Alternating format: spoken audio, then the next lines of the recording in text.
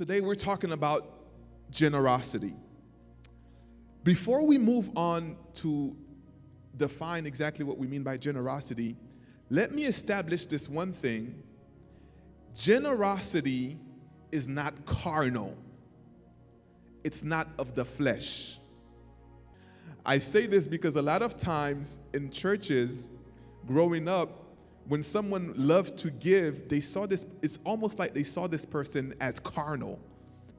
But this morning, I want to show you that generosity is extremely and deeply spiritual. If you have the desire to share a little bit or a lot of what is yours with others, it is not a carnal thing. It is not a worldly thing. It is extremely spiritual if you have the gift of generosity. In Galatians chapter 5, verse 22 and 23, Paul describes what we know as the fruit of the Spirit. Part of the fruit of the Spirit, or part of the manifestation of the fruit of the Spirit, it is love, joy, peace, patience, kindness, and I want you to focus on this word goodness, because goodness, there are other translations, it's not goodness, but it's the word generosity or charitable giving. And so generosity is part of the manifestation of the fruit of the Spirit. When a believer believes in Christ, there's a seed that is planted in your heart called the Holy Spirit. And that seed does not remain as a seed. That seed, it grows and it manifests. It produces fruit that we call today the manifestation of the fruit of the Holy Spirit. And by the way, if you want to test whether or not someone is of God, don't look at their gift. Don't look at the miracles. Look at the fruit. Pastor Melchi, I'm confused. I see a man of God on TV. He's doing a lot of great things. How do I know this person is of God? The thing is, we see with our carnal eyes this person. We see the things that he is doing. He can preach a nice sermon. He can cast out demons. He can even heal the sick.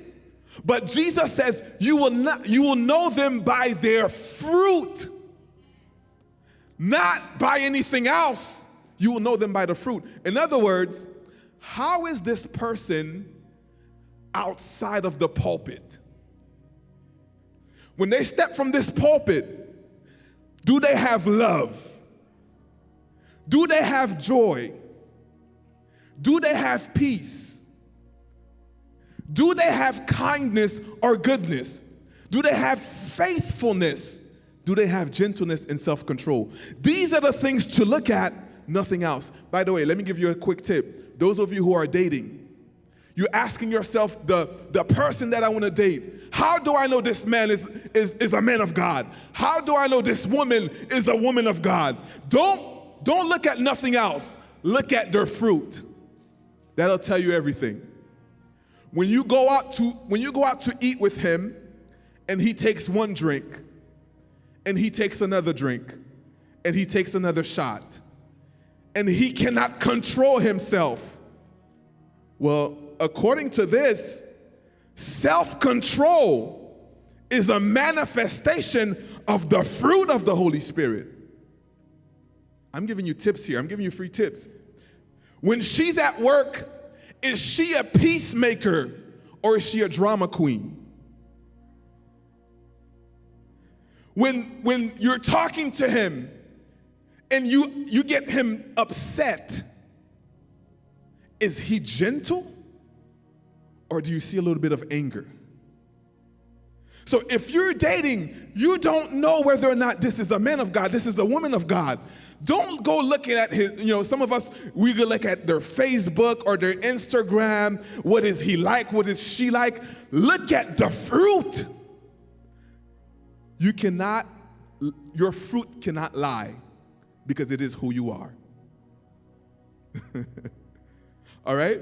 And so, let me go back to what I was saying. So, one of the manifestations of the fruit of the Spirit, one of the things that will tell you whether or not the Holy Spirit is doing something in the life of someone is going to be what we're talking about today, which is called generosity. I've never met a man or a woman of God who was stingy. I've never seen it.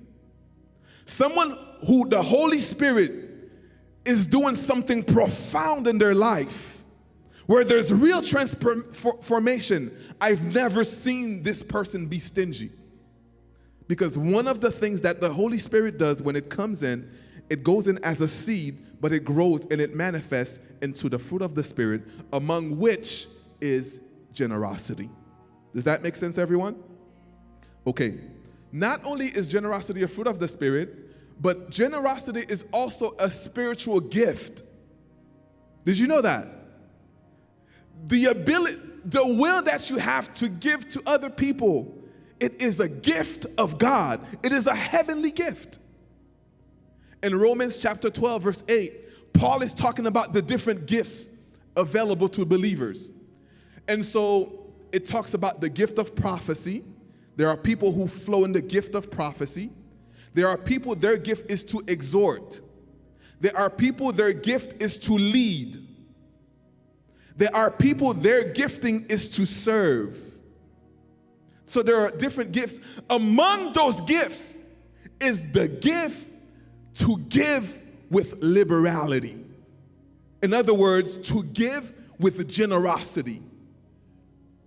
There are people, if they are so generous, even if they don't have $1, if you step into their house, you're going to leave with something no matter what it is. If they don't have money, they're going to give you food. If they don't have food, they're going to give you clothes. If they don't have clothes, they're going to pray for you. But they have the gift of generosity. It's in them. You cannot tell them not to give you anything. Among one of those people is my mom. When I go to my mom's house, I'm almost at my mom's house almost every day. She will not let us leave without giving us something. Right? So there are people that are just like that. And by the way, parents, one of the ways, they did studies, one of the ways to make sure that your children are generous, they need to see you practice generosity. If they never see you practice generosity and you're stingy with everything you have, you think those kids are going to be generous in the future? Most likely not. Studies reveal the best way for your children to be generous, to grow up to be generous people, they need to see you practice generosity. When there's offering being done at church, they need to see you actually give.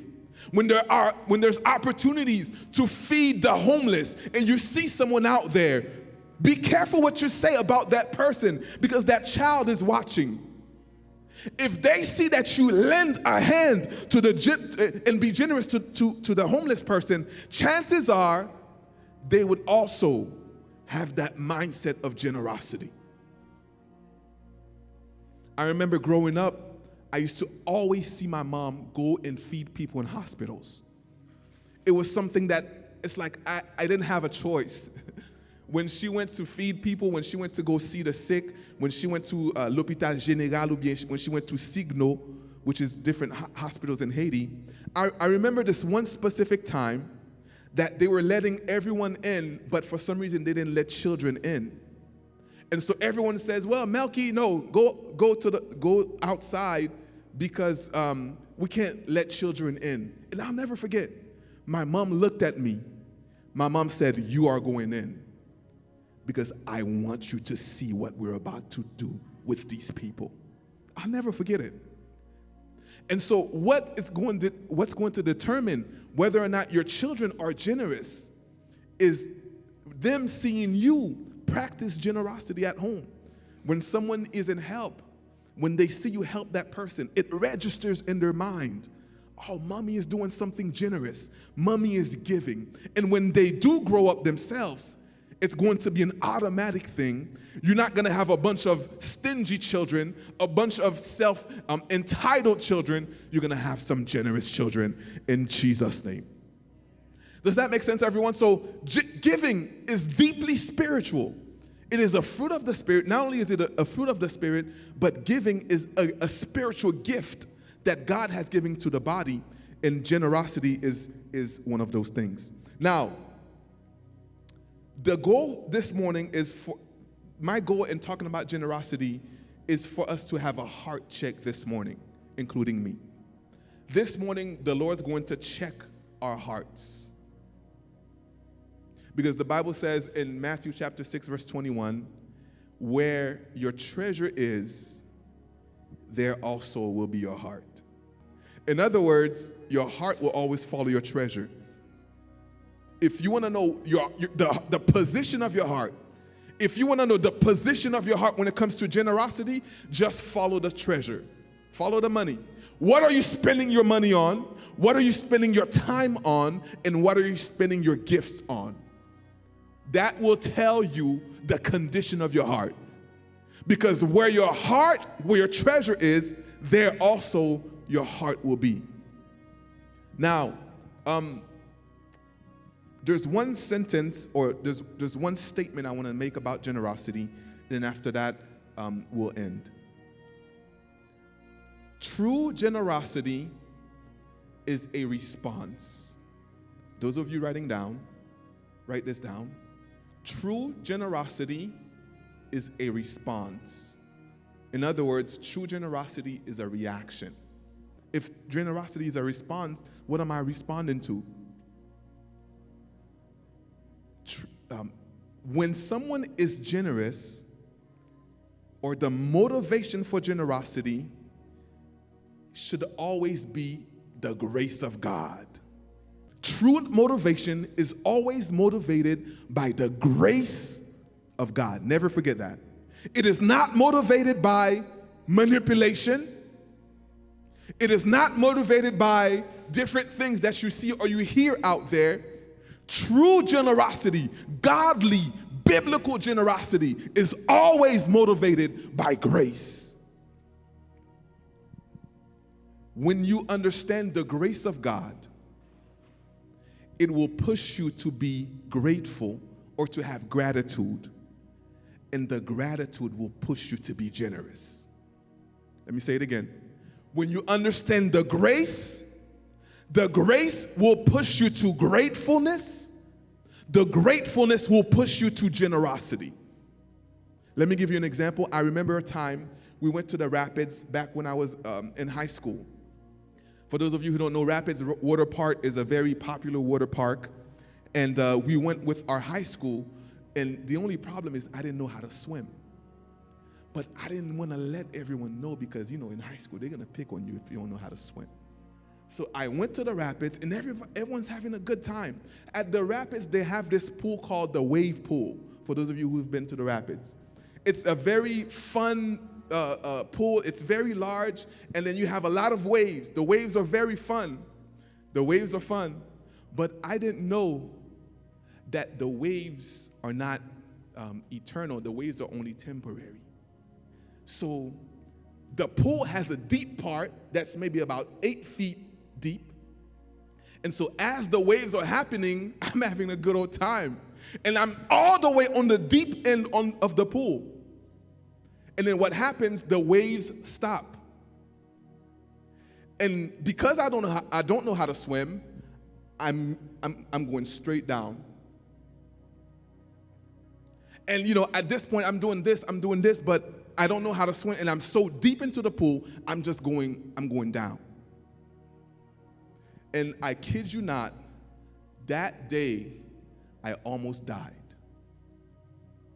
It was bad.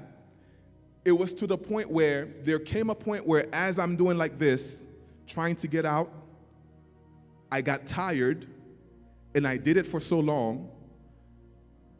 And at this point, I'm trying to hold my breath, and eventually my arms get tired, and I gave up. And I remember thinking to myself, so this is how you're going to die.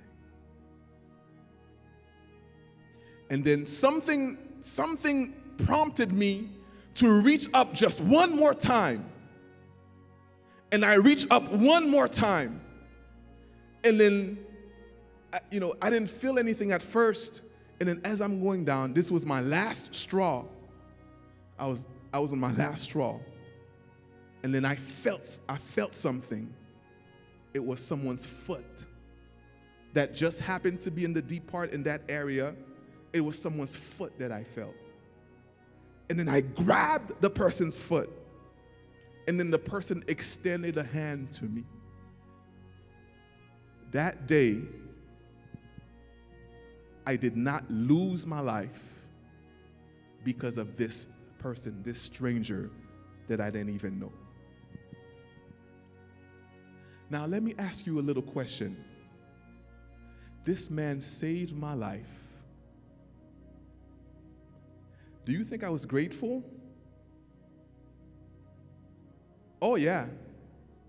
This man literally saved my life. Or God used this person to be at the right time, at the right place to save my life.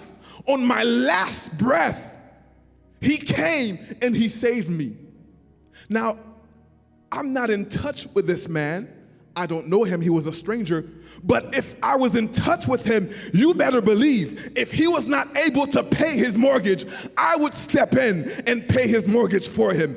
If he was not able to take care of his kids and I had the means, I would step in to take care of his kids because he saved my life. And as a response to him saving my life, I am grateful. I am forever indebted to him. And because of that, it will lead to me being generous towards him. Because of the response, I almost lost my life. God used him to save me, and today I am still alive. Do you understand that? It is the same thing when it comes to the grace of God.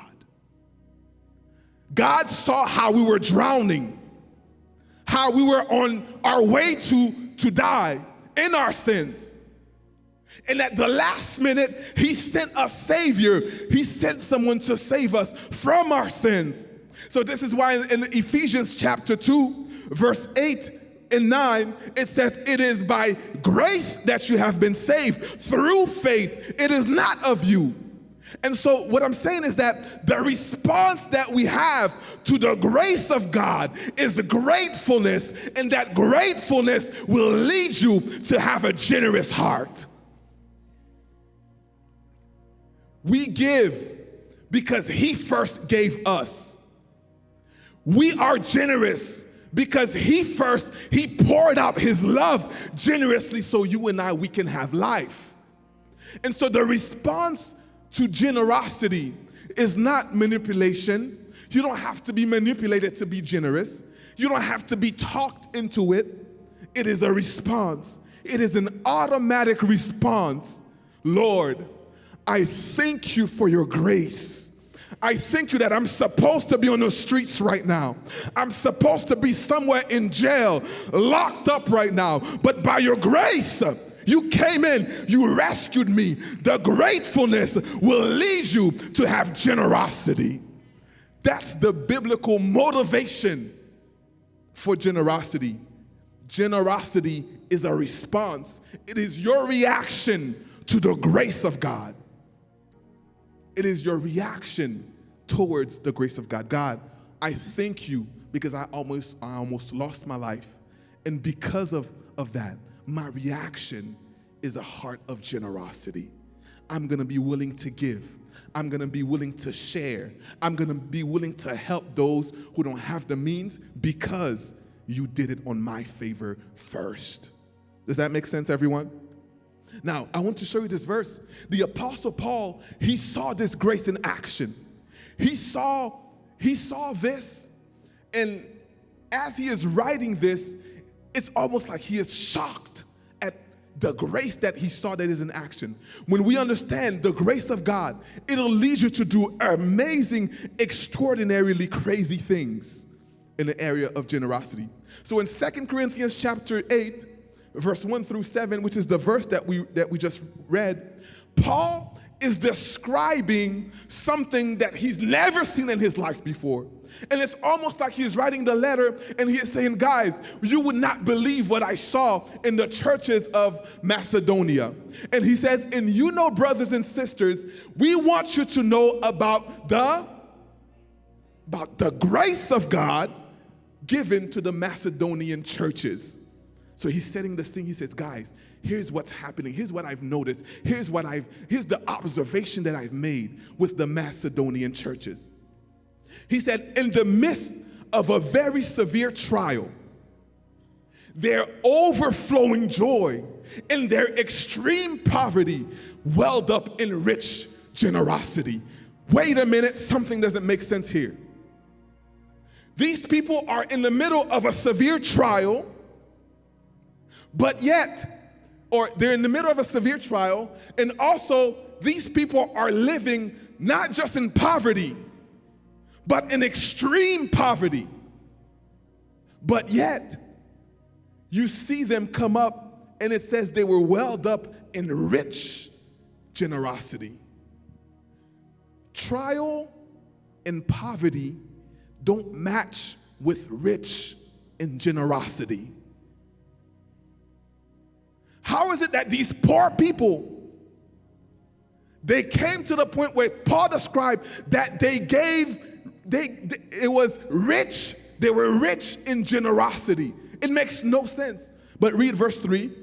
It says, for I testify that they gave as much as they were able, and even beyond their ability, entirely on their own. Verse 4, they urgently pleaded for us for the privilege of sharing in this service to the Lord's people. They were pleading with Paul. They were saying, Paul, please let us give to the work of the Lord. Let us give to what you're doing. Let us support to you saving lives and to you being used by the Lord for kingdom work. Paul, please, we are poor. We don't have much, but we can do the best that we can. And the Bible says, verse 3, notice verse 3, it says, for I testify that they gave as much as they were able and even beyond their ability. Do you know what that means? Some of these people, they went into debt to make sure that the work of the Lord was funded. Right? It's one thing to give according to your ability. It's another thing to give above your ability.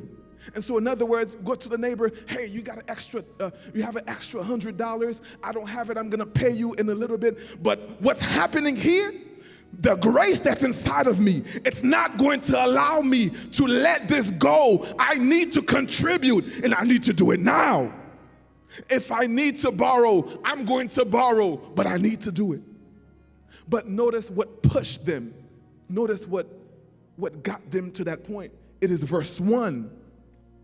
It says, we want you to know about the grace of God. What pushed them to that level of generosity. But notice, it is the grace of God. In other words, so when we understand the true nature of the grace of God, you won't need someone to motivate you, to push you to have a heart of thanksgiving or of generosity. It is something that is automatic. God understands your grace. I'm not deserving of it. Because of that, my response is generosity.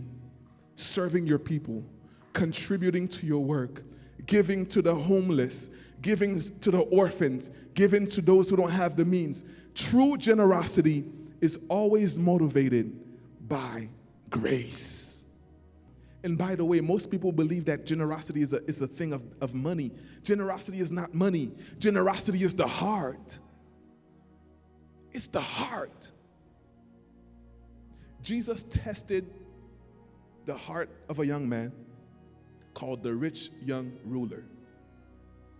The rich young ruler, he came to Jesus one day and he said, Master, what shall I do to inherit eternal life?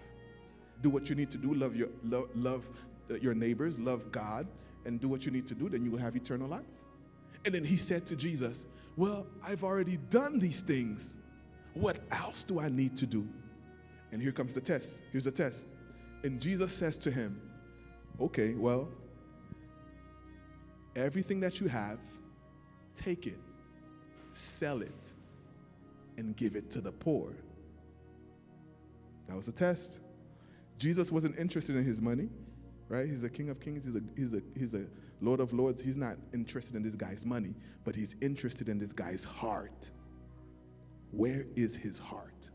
If I tell you to sell all of the properties that you have and give it to the poor, are you willing to do it? It was a heart check. And unfortunately, he failed the test because the Bible says that he was deeply grieved and then he just walked away. We never heard of this man again. He failed the generosity test. Meanwhile, Jesus wasn't trying to make him poor. That wasn't it. Jesus was testing his heart. You want to follow me? Where is your heart? You want to follow me? Where's your treasure? Where is your heart? It's not the money, it is the heart that he is after. It is the heart that he wants to change. It is the heart that he wants to mold. It is the heart of the believer that he wants to mold. It is the heart that he wants to change. Let me show you this illustration. I love to use illustrations because illustrations, they allow for us to understand certain principles a little bit better. So let me get...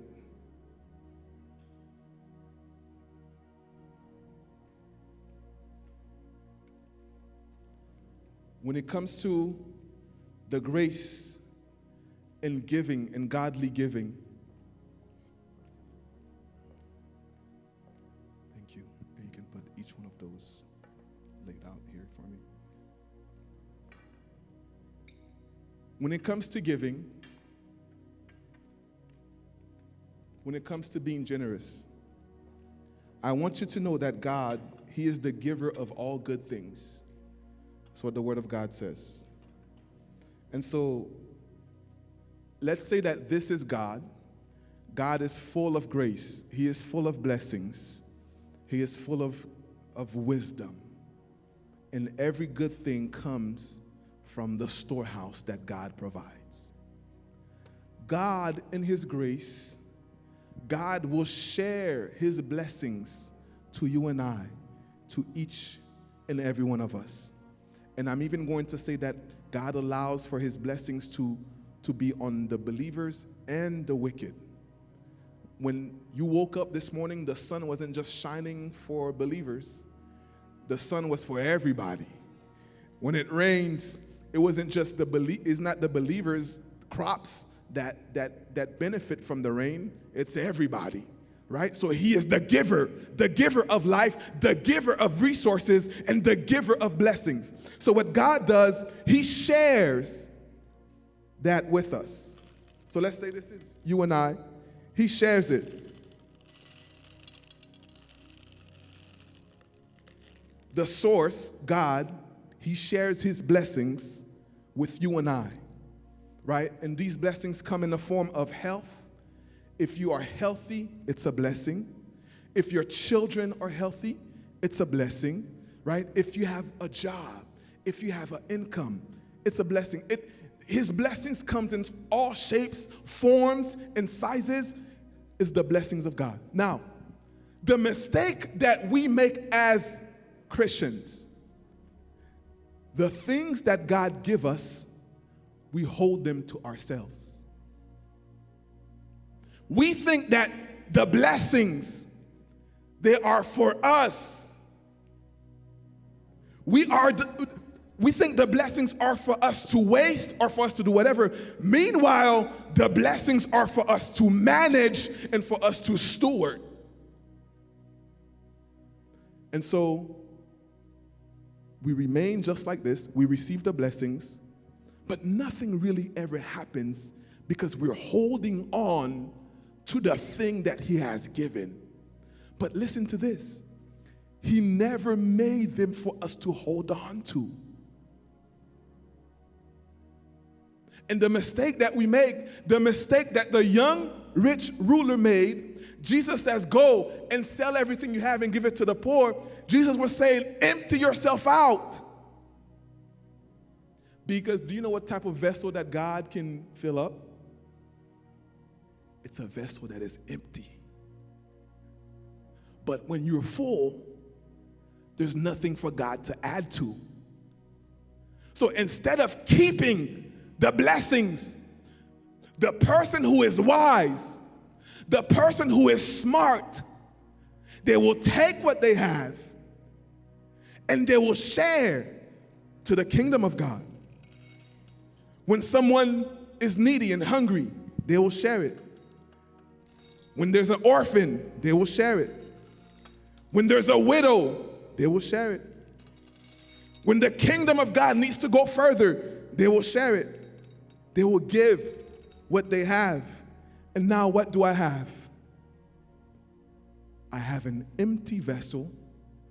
And when God is looking for a place to pour out his next level of grace, his next level of blessing, he's not going to go anywhere that's already full. He's going to go to the person who emptied themselves out, and he's going to go fill you up again. And so the Christian, the biblical model to giving, he gives, we give, and then he refills. He gives, we give, and then he refills. It's a cycle where he gives, we give to others, we give to the orphans, we give to children, we give to the needy. God says, okay, now that you have given, you are ready to be filled again. So the giver of life, he comes and he fills us up again. And so this is why in Proverbs chapter 11, verse 25, get ready for this. It says, verse 25, it says, a generous person will be prosperous. And the one who gives others plenty of water will himself be given plenty. The biblical model is when you have, you don't hold on to what you have. I said this last Sunday, you're not going to go with the house to heaven. You're not going to go with the car to heaven. You can't put it in your coffin when you die. So what's the point of holding on to it? By the way, I'm not saying that these things are not good to have. But when you hold on to it, to where it's just about you, and you're not able to take care of other people, it becomes a problem. And so it says the person who is generous will prosper, and the person who waters will himself be watered. So as you're taking care of the people of God, the children of God, the things of God, God is saying, because you are watering others, I will water you. Because you are taking care of the others, I will take care of you. Because you are giving to others, I will give to you, and you will never be forgotten by God. You will never be done by God. He will take you. He will take care of you. Because when you water others, you yourself will be watered. That's the promise of God. Don't fall into the trap. We're living into a society where it says, get yours, keep yours, and mind your business. Don't fall into that trap. It may be what the society or what the culture tells you, but it's not the kingdom, it's not the biblical model. The biblical model is, I see a need and I take care. In response to the grace that God has given me, I take care of that need, knowing that He will supply all of my needs. In 2 Corinthians chapter 9, we don't have time to read it, but I believe it's 2 Corinthians chapter 9. And by the way, if you wanna understand the biblical model for giving, read 2 Corinthians, the whole book. read 2 Corinthians. It'll tell you how giving should happen in the church. And so in 2 Corinthians, Paul is thanking the people. And Paul is saying, he is thanking the people. He's saying, thank you for your generosity to support the kingdom of God. And he says, my God, who is able to supply, will take care of every single one of your needs. The response of the grace of God is a heart of generosity, a heart to give, a heart to share. And God says that those who water will themselves be watered. I forgot to share you this dream. I don't have a lot of time, but I want to share with you the vision here of Christ City. It's big. What the Lord wants to do is big. Sometimes I have to say, Lord, I'm not ready for all of that. I'm a simple guy. Just give me something simple. I don't want what you want. But one of the things that God has put in my heart is for Christ City to be a first responder. Meaning that, you know how sometimes around the world there are earthquakes that happen, there are tsunamis that happen, there are different natural disasters that happen, and people are in need. People need food, people need shelter. It is my dream, my vision for Christ City to have its own private jet. Not for us to go on luxurious vacations, but a private jet that will fill up with clothes, fill up with food, fill up with all types of things. And for us to say, the government won't go, we will go. Everyone else won't go, we will go. The church won't go because we're so comfortable in the four walls. We will respond. We will go to Haiti. We will go to Japan. We will go to Mexico. We will go wherever there is a need, because the church of God, it is not the four walls, but it is living a lifestyle of generosity. It is a lifestyle of giving and responding to the things of God. It is my dream, and I'm praying that God will allow for me to see it one day when there's something special happening. And then we say, hey, sister so-and-so, brother so-and-so, let's go. Let's go. Leave everything, let's go. Let's pack up the plane and let's go. Lord, let it happen. Lord, let it happen. Lord, let it happen. We want to respond with generosity, and we want to respond with compassion.